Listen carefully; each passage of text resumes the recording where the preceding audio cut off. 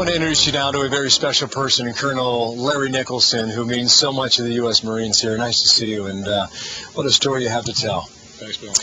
You serve as a liaison for the mayor of Fallujah. He tells you that they don't want the Marines there. You tell them we don't want to be here anyway. Wish the place was entirely peaceful. How in the world do you communicate the U.S. military operation down there and what you're trying to achieve? I think we are working what we call Team Fallujah. We have 3 or 4 entities of this. It's the police, it's the Iraqi Army, it's the city council, and it's the citizens of Fallujah, along with, of course, the Marines. We are very interactive. We meet a couple times a week. The commanders come here to my office. The mayor has my number. He calls me about issues, about problems, but we work very closely together. What's he tell you? I want you to leave, but just don't leave now. You know, the prevailing sentiment is, especially in public, hey, we want you guys out of here. Hey, but not just yet.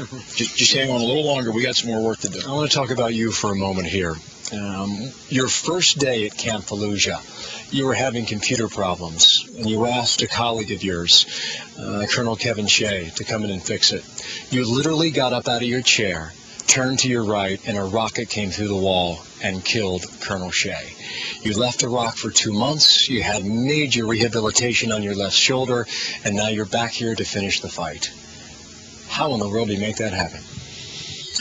I had a lot of support from my family and from the Marines, and I'll tell you, one thing I learned was how important calling your comrades when they're in the hospital are. It was those phone calls from here, and the Marines that called me that I've served with throughout my career that kept me going. But I use this the injury as a benefit now. When I deal with the Fallujans, you know, it's kind of hokey, but I tell them, hey, I spilled blood here. I lost friends here. I got a stake in this, and we're going to make this work. Failure's not an option in Fallujah. You know, we're going to be a city. We don't have the violence that we have in the rest of the country right now, and that's because we're working together. The police, the military, and I say military, I mean Iraqi military, the Marines, and the citizens. More than half the IEDs in Fallujah are found every day by the police, turned over to us.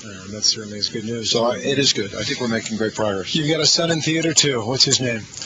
My son is Andrew, and Andrew is, believe it or not, a member of my regiment. There's 5,000 Marines in my regiment.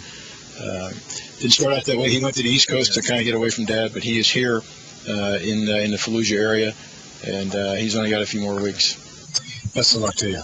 Thank you for your time. You're an inspiration to so many Marines here. Let's get a break here. Back in a moment, a slice of home here in Fallujah